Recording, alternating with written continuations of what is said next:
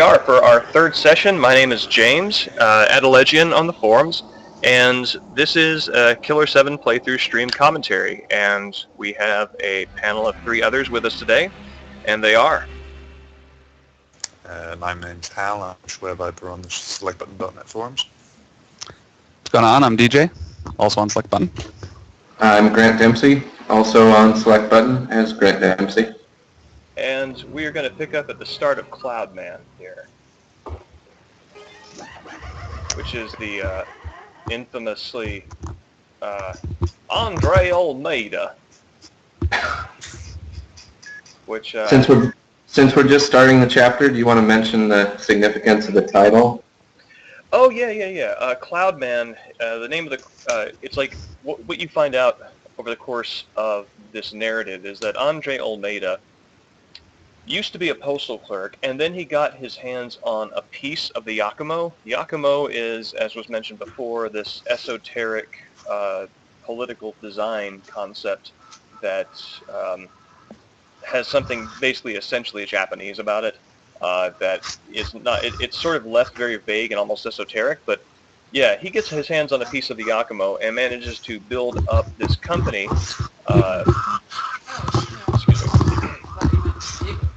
Manages to build up this company from being a lowly postal clerk, and the company doesn't actually sell anything. They simply distribute magazines. So it's like this weird post-structural concept of a corporation, because it's like a corporation that doesn't sell anything of substance. It only sells advertisements of things that it doesn't sell. And it's interesting because in this world of Killer7, because digital terrorism, cyber terrorism, is viewed as one of the greatest potential threats to humanity. Basically, it's one of the reasons why you see a ton of analog technology in the game, represented in the game, and so forth. So he actually serves as an information platform. His advertising company serves as an information platform. And the name of the level is CLOUDMAN. I believe that in Japanese it is like, that's a literal translation, Kumo Otoko, which is Kumo is cloud, as in Yakumo, and Otoko being man. So by sort of being the Cloud Man, he is the man who has, part of the Yakumo. So that's one of the 8. I think it's Right? I think it's 7. I mean, Oh, is it? It I could, thought Yakumo was 8 clouds. was it 8 clouds or 7? Man, I don't remember actually. It could be 8. Like I said, it's been a while since I've looked at it, so I could be misremembering. And here he is, appropriately creepy. Matt, can you see the stream okay? Yeah, I can see it. Okay, perfect. Yeah, sorry I'm being quiet. I'm still trying to hammer Windows 8 into shape. That's okay. Being a bastard. And here is the man himself. God, such a fantastic introduction. Let's go ahead and just get off to a good start and poke that afro with a bullet. Afro's his weak point, man. See? Ultimately. Yeah, afros make a thematic... Okay, Sneaking About in chat has said that we said 7 in the last stream, so that... assuming I remembered it correctly back then yeah, that's the case. So that's canon, then. Yeah, I said it, and I wrote... That works. Here we go. Andre Almeida. I am a man with a plan. Alright, I was wondering if it was this level. I was thinking about it. I was like, is this the one with Cam Clark right at the beginning? Yep. Yes. And this is thematically significant in a way that's not apparent, so I'll get into it after it plays. You ever met the kind of people that come to these Stacy concerts? These dudes have got energy to spare. We're talking guys who beat off 4 times a day. This is an epicenter of energy, man. But this Stacy they love, she's an illusion. But in the new age, there's no fooling them. No, sir.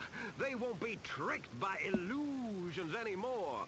Oh my God. I can't hold back. Oh, God. Oh, I'm coming. Oh. Yeah! See, I told you. This is real.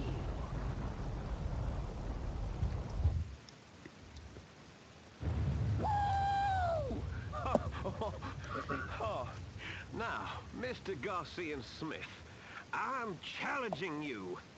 I've created a new faith. I want you to find me. I'm waiting for you. So what do you say? If you don't find me, I won't have meaning. So I'll be waiting for you. Yes. The game's quiet. I will turn up the volume here. Hello, Mr. Smith. The election is drawing near. Have you decided on your vote? If you haven't, please let the I actually turned it a little bit up myself so I could hear that part. Hopefully it's not doing feedback like crazy. No, I can. It's fine. Okay, cool. So while we're now that we're in the play section, something that's thematically valuable or significant about that is going along with the concept of reality and illusion, the theme of reality and illusion and their interplay, which very much forms one of the subtexts of the game. That it strikes me as a very Buddhist, or maybe even Zen Buddhist idea of like he makes this strong distinction between reality and illusion is being sort of like coupled, so to speak, which is a pun, with sexuality, sexual energy, things of this world, and it's that's kind of what Almeida is about, and that the difference between reality and illusion. I mean, he's sort of like a master of illusion, given his company that doesn't actually sell anything and has a cardboard cutout front. And so, but it's that's it does something. Even though this section contributes something maybe minimal and even conflicting to the plot in terms of like what the Heaven Smiles are, it takes an approach to the whole illusion reality theme that is unique in particular to it. And I never noticed this, but right here in the background, that's a big old TV he's got in his trailer, indicating it with It is. So yeah, that's I think that's all I have to say as an introduction for this. Well, oh, sorry, go ahead. And I was going to say, the first time that I played this, when I got through this level, I remember thinking like basically what you said. I was like, I didn't really seem to advance the plot very much. It almost seemed like a Monster of the Week episode in a way. Yes. But Just a bit, yeah. I liked it. So like that's the one I actually kept going back and replaying. Was this one? I'm glad I got in on this one. Definitely. Because it's so condensed and it's kind of outside the narrative of the rest of the game. This is the one that I would show to people. Like if people would come over and I always had weird shit lying around, so they'd be like, oh, show me something cool. I'd be like, oh, check this out, and show them this stage, and it was all they ever really needed to see to get the gist of the game. Uh-huh. And it was nice because it's bookended pretty well. Obviously, there's stuff going on outside of the game that's relevant to everything, but you don't really need to know any of it to see this chapter, so it's in a weird way a good introduction to it. Yeah. Because it makes you wonder what everything else is doing, but you can still get all you need out of just this chapter. Yeah, that's true. It has an episodic quality to it that a lot of the others don't. There is some of the continuity in this. There's Julie Kasugi, who is she was the press button to win boss from Sunset. She shows up as a remnant psyche in here briefly in a little obscure out of the way spot, and as well, Clarence, who is the sort of protege/inheritor of Almeida's, religion, legacy, or whatever. He actually is so disturbed, I recall, by the thought of having this car that is literally red with Almeida's blood, that he gives it to Garcian, and you see Garcian driving it into Gunkanjima toward the end of the game. So there's some continuity there, but it's weird. It's almost like, in a self-referential way, the continuity is more in the form of like Easter egg nods to previous chapters rather than substantial stuff. Yeah, definitely. I believe Chris Mills actually gets the car before Garcia. Does he? Oh, here we go. This was the infamous scene. Jack Thompson. Yeah, the Jack Thompson scene. This game is pornography because of this scene, which we could easily show on primetime broadcast television, but Yeah. Uh-huh. I was so It's a video game, disappointed. so it's like you're actually having sex. I know, it's interactive. Clearly, this is all kinds of horrible. I remember Corrupting the youth. I got to this part, it was after I heard all the controversy about it, and I was like, oh, maybe we're really going to get to see some, like, borderline AO stuff in here, and I saw that, and I was just like, what the fuck? That was it? That's it? You were that upset about, Yeah. God. the reaction, not the scene, but... Harmon is such a mess here. God. This is like... this reminds me of some efficiency apartments I've lived in, and the fact that his room is simply his wheelchair and this torn up wallpaper and a fairly uncomfortable hardback chair and this TV. It's just reminds me of depressing spaces, which I'm sure is the point, but yeah. I just figured he was just tired because, I guess he just kind of knocked one off in a way. Oh. Could it be said that the way the ring looks Maybe? is a Could it be said that it's a representation of a mental state? That's possibly that minimalism and bareness. Of course, that makes cut straight to this. With healing wallpaper. A young man is causing some commotion. Not a revolutionary. He's no one of that caliber, sir. I always love that, the transition whenever you get to go save, and suddenly he's awake and alert, and Yeah. she's polite. Yes. Samantha, I'm on my way. I'm counting on you. Again, showing this to people, that was always the first part when they're like, wait, wasn't he, but isn't she, what's going on? Of course, sir. I was like, it has a point. You need to play the rest of them. What are you still here for? Get out! Shoot! It is good though. It's all those little hooks. I think I mentioned that on the first podcast, where it's all these like little things where anybody who jumps in at any point, they're going to get that feeling of you can never know what to expect. Everything is going to keep changing, and when you know the whole narrative, you can follow it. But the game does a really good job of jumping in any point. You're still just you immediately care what's going to happen because it's weird without being alienating. James, apparently the game's still really quiet for people in the stream. Is it? I don't know. Well, that's what Jarrell just said. Okay, well let me turn it up even more then. There we go. All right, how's that, y'all? Is that better? Well, I guess you'll find out soon. Yeah. Suddenly the volume goes up like twice. Yes, it's Everyone going is to. deafened by that Everybody's next heaven smile laugh. Ears are bleeding. Actually, I think that's one of the reasons why I turned it down initially. But I love the rationale behind this. This is like the best reasoning.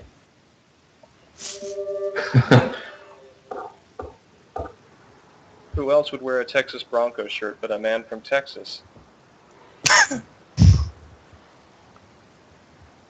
Who in the hell was that? I wonder if that was intentional or it was just like Japan logic. I'm thinking it's the latter, Like actually. somebody's calling out. I'm thinking so, You yeah. can't laugh 'Cause, I mean, at it's this like business the- relying on feelings, but I trust you know that. Let's hit Texas first. Yeah. Texas. The T-shirt. Nobody wears a T-shirt. It's actually a fun game to play with this one. It's almost like a meta game. It's like how much of this was intentional and how much was just cultural Time to head south. feedback. Well, and it's I'm pretty. There's got to be an element of cultural feedback here because it's like, besides the logic of nobody would wear a shirt from Texas outside of people who live in Texas, because Texas doesn't have any sort of like national resonance as any kind of idea or hell even football team, right? Actually, that You got the Texans. not even Texans like their own baseball. That's true. They're not a good team, but Actually, that's interesting. I didn't notice this, but it's in sort of like north central Texas, which is, I guess, I don't know. I'm kind of looking at it thinking maybe it's somewhere near Dallas, just south of Dallas. Could explain why it's so established at this point. Yeah. Has But the it- look of a town that needs to be near an actual town to survive. I wonder too. But again, going back to the cultural feedback thing, it's I've had it said to me a bunch of times that if you go to Japan and you ask what they know about America, it's pretty much either New York or Texas. You're either like an East Coast like hipster, or you are a cowboy. Like this dude And here. that's- Yeah, exactly. And then we got the dude I don't know, this riding the guy's tractor. looking pretty hipster. I think he's a little boat. You know, that was his mashup right there. He's like, we're just gonna combine the only two type of Americans that exist. Yes, exactly. This This is a mean town. They'll do anything to protect My the girlfriend great just yelled at me for Almighty. saying that. My condolences. But yeah, this is it's also interesting because this is one of the points where it's like a completely different animation style appears, which I think remains consistent through the course of the game. But yeah, doesn't this? I mean, this right here looks like it could be in Santa Destroy. I mean, in terms of just like design. Actually, I think it's probably the star. Yes, the star. That's what does it. That's very reminiscent of the Santa Destroy flag. I also really want to know why the hell he's on a tractor in this landscape. Like He's farming bushes. Yeah, apparently. Yeah, Tumbleweed farmer. Yeah. That's right. See, That's where they come from. Yeah. You gotta What do you think they chase get it him from the down. Western movies? He works at the tumbleweed factory. He catches them, wild tumbleweeds, and then he sells them. Oh That's yeah. what, you know, Iwasaru's plan logic for here. movies. I'm sorry. Go on, Matt. Oh no, I was just saying, making stupid jokes. It's like that's where the tumbleweeds come from. Every time you see one in a western, that guy had to Jokes is grow up half and of catch the stream. I don't know what you guys talked about before this too, so there's probably going to be like overlapping a bunch of stuff. That's right. These are. So far it's been pretty isolated to each chapter. We managed to rein it in. Yeah, we try Be to. topical. Yeah, exactly. Yeah, it doesn't really extend beyond itself. I really want to know, like, this is to sort of like even further cement that sense of isolation that DJ was talking about. Like, you don't have Iwasaru in here because he's freaked out by the afros, but instead you have, for some reason, remnant psyches of Olmeida's cult followers who themselves have afros, and either they're remnant psyches or they're actual, like, live people there. I don't remember. I guess we're going to find out shortly. But I think they're remnant psyches, aren't they? Yeah, they're remnants. So, yeah. Yeah. which is just super weird. I guess it kind of goes back to something that Jarrell said on last time, which is that, like, whereas like Kun Lan goes out and sort of creates these followers and creates these people who are who have this sort of like residue past death, like the old salarymen politicians. These ghosts sort of happen to Harmon, like they just sort of gravitate toward him, even though he can, absorb some. It's funny too because it is really creepy. I took it the first time I played this through. Like you said, the whole thing is about advertising, and I always took like the fakeness of this whole area where everything is just cardboard cutouts and stuff like that, almost as like a critique of that. It's the guy's whole point is he sells advertising and all this stuff that doesn't exist, as they point out, and everything is hollow, and it does, and even the ghosts comment on how creepy this is. That's right. And it resonates. And again, everybody I showed it to hadn't played the game. They're just they were kept asking like, is this a horror game? And I'm like, well, no, not really. Yeah. This is just one of the creepier for no real good reason either. It's not dark. You're kind of in a well-lit area in the middle of nowhere. It manages to be unnerving Right. in the middle at noon in the middle of Texas. Yeah. Right. And it's kind of has which is strange. Yeah, it kind of has like the creepy aspect of it. It has kind of a Twin Peaks feel, where it's not like, Right. oh yes, the Olmeida smiles. These, Are stupid. yeah, they're stupid, yes, but it's interesting because it's like, I know that Olmeida is like when you talk to Olmeida, he is really creeped out by the Heaven Smiles. Actually, I'm going to turn this down just a little bit because it's hard for me to hear with this right in my ear. And okay, sorry everybody, I hope it's still audible. But yeah, anyway, the Heaven Smiles, Olmeida is really creeped out by them. I mean, he's like, one of the things that he does, you find him in an antiseptic spacesuit, and when you find him in that antiseptic spacesuit, he's there because he has to keep himself pure from airborne pathogens, because he is selectively introducing, deadly diseases into his body so that his blood can be like the ultimate antibiotic. But that regardless, he describes Heaven Smiles as having been infected by some sort of virus. and he's really creeped out by him. But at the same time, the Heaven Smile seems to appear here as a consequence of his having the Yakumo. So it's weird. It's like, even though he is to a degree in control of what's going on, because his possession of the Yakumo, a part of the Yakumo makes this whole area possible. That also is a way of generating exactly what he is most distressed by. Doesn't you almost that... get the... Oh, Go ahead. Go ahead. Oh, go ahead. You got it. Doesn't that also sort of connect to what you were saying about the remnant psyches with Harmon too, that they just sort of gravitate to him? So Harmon's influence is something that sort of extends beyond Harmon's own control in a way. So do the Heaven Smiles in relation to Kunlun, because it's also a virus that then the military comes in and just sort of plugs into Almeida. So it's not something that seems to be under Kunlun's control either. Yeah, that's correct. I think there is a very uncontrolled feeling to get it. I kind of think of them as mold in a way. I mean, it's like, mold, you don't control mold, and you don't, you can cultivate it, but at the same time it sort of has its own agenda, which is simply to appear in particular environments and contexts, and that's kind of like what the Heaven Smiles feel like to me.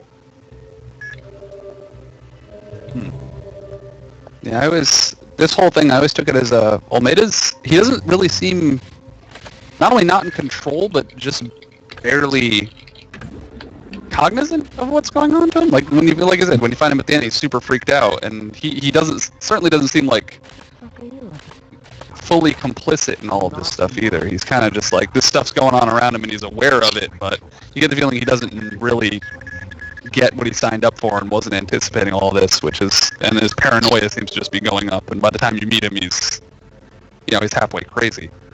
Yeah, exactly. I mean, he's the same.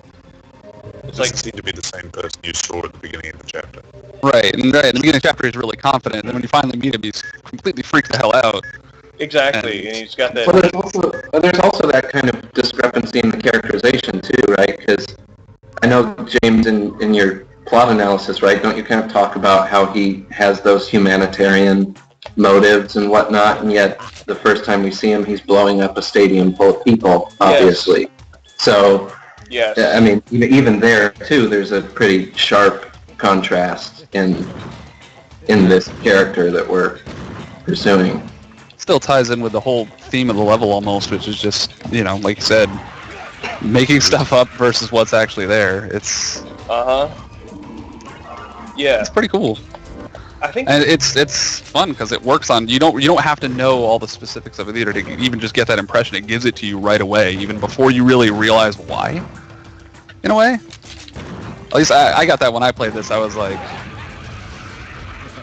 I guess that theme of it came out and was really apparent even this early on, and it just gets worse as you go through the level, and when you see the cardboard things start falling down, and the first time I played it, I wasn't really paying attention to it that much. I was trying to get through it. I think it was like 2 a.m. and it was like a snowstorm outside, so I was just burning through it. But later thinking about it, I was like, God, why did that stick with me so bad? And I think that nails it pretty good. That's what you guys are going over. Oh, okay. Look, no. I see here. Really cool. This right here is interesting because, well, besides the fact that his acolytes can't have full-fledged afros, they just have pompadours, which I guess is disciple haircut. Look at the colors on the chest, which is green and yellow, which are Brazilian colors. And I remember looking into it, I remember that the name Andre is kind of like an Andrew sort of thing, and Almeida is an historically, it's a name that is Brazilian in primary usage. So it's like, I remember, and I think there are enough Brazil references in the color and design of a lot of this stuff that I think that's where he's supposed to be from. That makes sense. It seems like something they'd throw in there too. Like if Suda was just like, even just arbitrarily. Right. We're just going to put Brazilian people everywhere in here. Just, when you have somebody who has that control over a game. Isn't Coyote Smith from South America?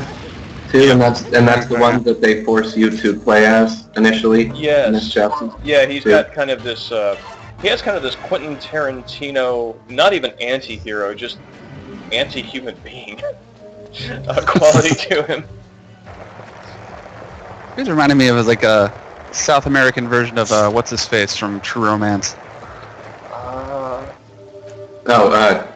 Christian Slater? Yeah, Kristen Slater's character, where somebody who just kind of decides one day to just pick up a gun and start going crazy and live out his fantasies, like out of nowhere. It doesn't like ever tell you that, but whenever I was playing, I was like, oh. It's always kind of how I pictured him. Yeah, I remember that we had talked about this. I don't remember how in depth previously, but like according to like the Hand and Killer7 booklets, Coyote and Coyote Smith are supposed to be like lovers. And it's interesting because like even their names, like Coyote and Coyote, they sound very much alike.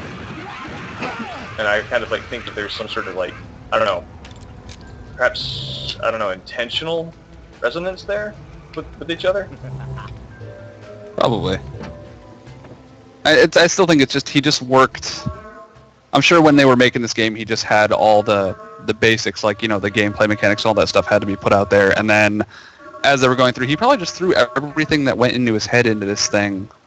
So it's probably got we're drawing a lot of connections that probably are there, even if they're not really important to what's going on, like the fact that everybody's from Brazil and stuff like that. Right. But I've seen a bunch of games where people who have really strong creative control over it do stuff like that. Like Hideo Kojima does that all the time, where it's just whatever comes into his head right there that he can get them to put into the game, even without maybe telling them why. He'll just do it. Yeah. And this has that like all over it, which is cool. I love games like that, but yeah. you also need to be you need to have a pretty strong personality to even get away with that, though. Yeah, especially in any kind of like. I like that this conversation's happening over one of Susie's monologues in particular. Possibly the best one. Yeah. Yes. Is this the stamina ring or the power ring? Stamina ring, yes. Love the emoticons in her speech. It's like the best thing. I also like how even though she her text is already garbled, but it's like they went ahead and censor bleeped out the obscenities. Yeah, just because. The sad part is I know people who talk like that. When they text you on the phone, they'll actually Really? they'll censor themselves in addition to emoticons. I've seen people do that, so. Help me. It's weird, but... Gotta enjoy life while you can, that's what I say, and that is the best advice I have ever gotten from a disembodied head at a gas station. In a perfect world, Sure. maybe they'd be role-playing Susie whenever they texted you. That might just be weird. In a perfect world, I think that is the best qualifier, yes. If that ever happens, I don't know what I'll think. Did you get it? I was being Susie. Like, oh god. Here we go. Who are you and why are you texting? Hustle. Hustle! I want that shirt. Yes. I'm sure it did say hustler at some point, and then someone told him you can't do that. It does kind of look off-center on the shirt. Yeah. Yeah, and it looks like the hustler. I don't know. Have you ever seen like just whenever they write it out, it's usually like in pink, and it's I think that font. I'm not exactly. No, but I mean, it looks like an R belongs there. Yeah. Yeah, they probably It- told it him, probably- okay, you can either have the hustler or the pelvic thrust, and he knew what was important, really, in the end. That was Capcom's legal department was just like, no, change it. Come on, I need thin blood so I can heal up like nothing else. There we go. Yeah, that guy needs to practice on his breathing for his for his jog, because that's not how you keep yourself well stocked on oxygen. Oh my God. That is not proper respiration. Oh yes, Or is- everyone's favorite. Giant smile. I'm just going to nip this in the bud and Ah. run the hell away. I remember hating that. You see that thing, and then the camera flips back around, and you're facing away from it. Yeah. Also, like, for some reason, I can never hit that thing in the eye, no matter how precise I think my aim is. It's always just a little bit off.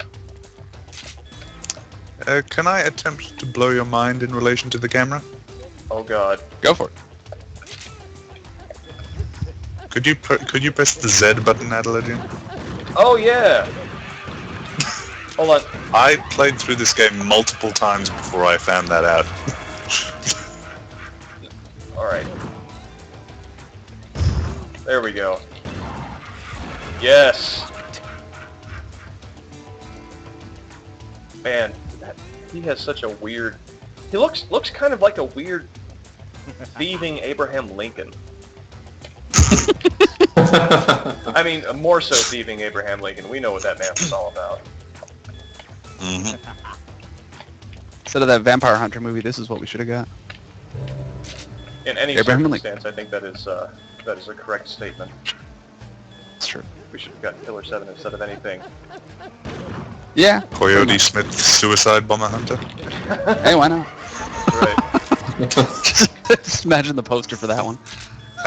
It's like some rom-com over. You go to like the cinema. It's like, you've got mail too. And then Coyote Smith, Suicide Bomber. A picture of Abraham Lincoln punching a suicide bomber. For some reason, yeah, that immediately diffuses said bomb. I would so see that movie.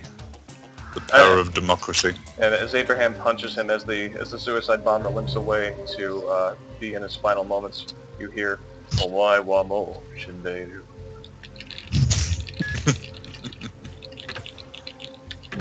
Abraham Lincoln says you are already dead. See, this is a movie I would watch. Actually, it's probably the reason I like this game, because it's not exactly what you're getting, but close enough. Fist of the Northern Union. I wish I had done it. I wanted to get audio of people who hadn't, aren't even generally gamers, who were watching this game for the first time, because it was like some of the best stuff I've ever heard was seeing people who, to them, games were still like Mario Brothers. Mm-hmm. And then I would play this in front of them. It was this one and Siren got like the best responses, and I remember just really wanting to record that. I wish it was as easy to do back then as it is today, because some of it was so good. This is such a weird power. I mean, it's really interesting how there are these little nooks to the gameplay and the individual characters that sort of tend to get overlooked because people sort of prefer their, they have their preferences. But it's like Coyote's style is like he's supposed to be blowing off limbs, and that's one of the things that he does. He's got this. Instead of Dan, who has like a head lock on automatically, Coyote automatically locks onto their feet to shoot them onto the ground, which is going to be really useful for those giant smiles. But I actually did not know that. yeah, Coyote is. I found myself having more of an academic interest in him than like a gameplay interest, because he's. I don't know. It's like they wanted to carve out this little niche for him in the gameplay, but it was so always avoidable that I wound up just simply avoiding it. Yeah, I always just went to Dan whenever I could. Yep. Except when I got a Killer 8 mode, and then it was just Harmon for the entire game. Oh god, yes. It's like, I can't see your weak spot. No problem. No, it's masked all the way for Killer 8. Oh. I did him for a little while, and then I just like, I wound up using the Tommy gun for everything, because I realized if you just shoot them enough, you're eventually going to hit their weak points. So it doesn't even matter if you can't see it. And I wanted to see if something cool would happen if I was just him for the entire game. Nothing does, but.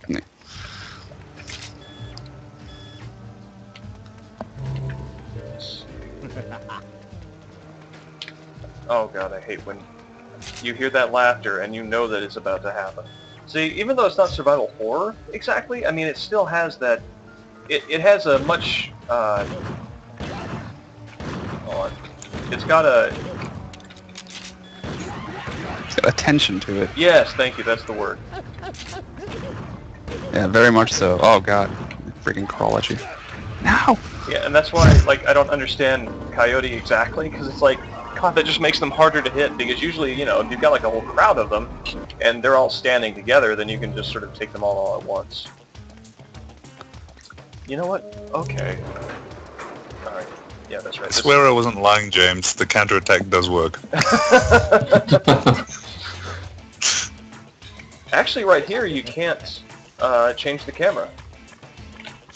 Oh. Yeah, in certain places it doesn't work. It's only in places. I think it's only in spots where like you're like in the middle of a hallway.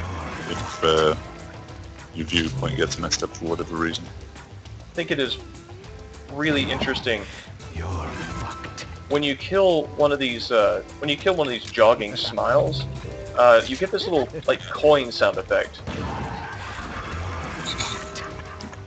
Yeah, I remember that. Like The blood still works, right? Like the blood that you get from them. yeah, It's the same kind of blood, isn't it? I Yeah. mean, it's a Yeah, different color. you're getting blood from them, not much, but if I recall, you do actually get money in this assignment from killing that particular smile. really. Yeah. Yeah, if you Oh my check god, you your are totally right. I had no idea. I always thought that I just started out with those coins. Nope. Now see, that blew my mind. All right. I think the ghost, one of the ghosts, one of the remnant psyches hints at it. Oh yeah. So yeah, you need those coins to get the figures out of the gashapon machine. That's right. Oh, it's been so long since I played this. I'm like trying to remember back.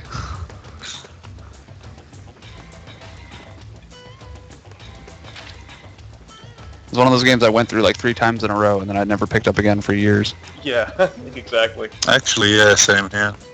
There's this point. Well, I mean, I went through it pretty like 15 times in a row, reading that damn plot analysis. But yeah, no, it's like once that was done, it was kind of like, all right, now it's time to put this away for a few years. Which that's kind of like This is dangerous. spirit. Exactly. Does anyone happen to know the Bond girl for this one? Bianca. No. I don't remember any Bond girl named Bianca. This letter right here is pretty interesting and even distressing. But one of the things that is creepiest to me about this town is how there are all of these sort of like manufacturing towns. There are all these like manufacturing town identical apartments and identical homes, and clearly they've been lived in, but like this note says right here, it's like entire families disappeared, you know, and the reasoning being that it's like this, it's sort of like this big question mark as to whether it's Almeida's doing or whether it is the Heaven Smiles that are sort of coming along with the Yakimo or what.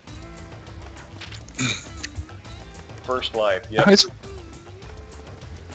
always figured it was Almeida, but I'm not sure why, to be honest with you. It's all that blood drinking. Yeah, he does a lot of human experimentation.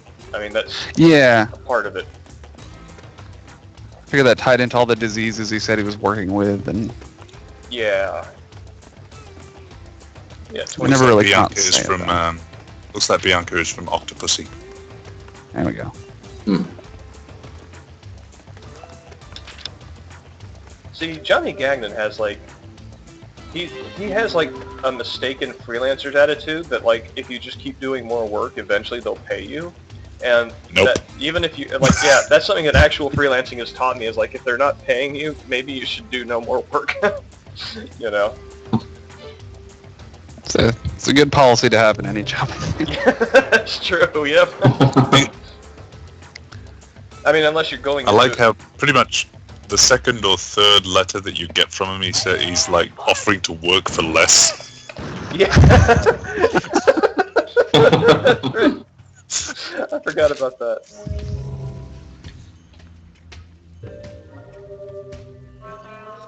Still pretty amazed by how good the translation was in this game. Oh, I know. This is one of my favorite localizations. Yeah.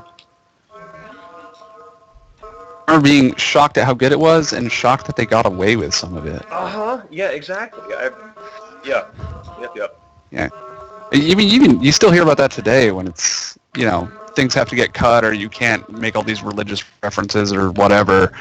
And this thing came out quite a while ago, and they clearly didn't give two shits when they were doing this thing. They just threw it in there. Yeah, totally. And it's something that, I mean, it's a problem in any industry, any media industry where you have products facilitated by large conglomerates and international corporations where there's a level of risk management that is involved where, you know, depending upon whose hand is involved with the risk management, you know, you wind up begetting mediocrity.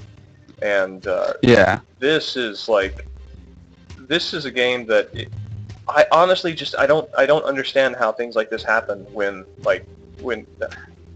there are so many other mediocre games that happen. It is like the exception to the rule that is amazing that actually happens. I think you were talking about that with regard to like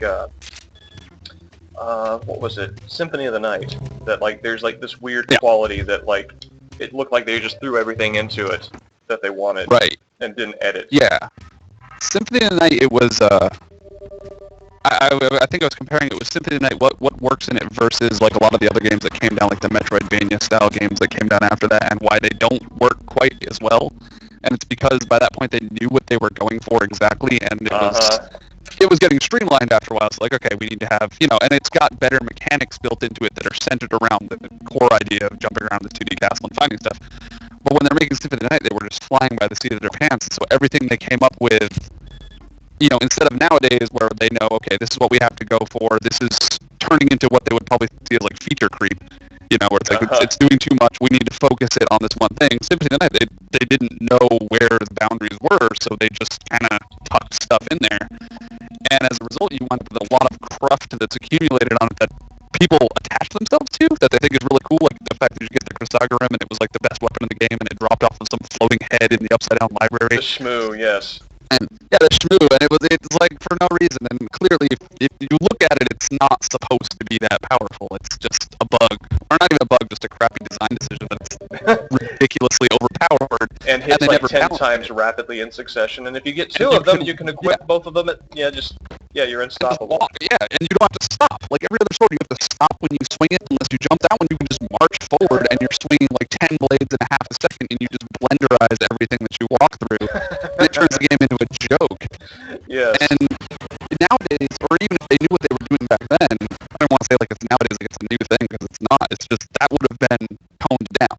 Right. And they left it in there. And I wonder how much of that happened in this game, and how much it's because there's like almost not enough gameplay for that to happen in this game, but it happened with the plot, definitely. Where they were just like, here's a bajillion different things we're going to dump in all at once. Some of them might go nowhere, but those are the ones you're going to get caught up on, and those are the ones you're going to remember. And hold on, like DJ. Hold on. Oh, go ahead. Need to reset the stream real quick.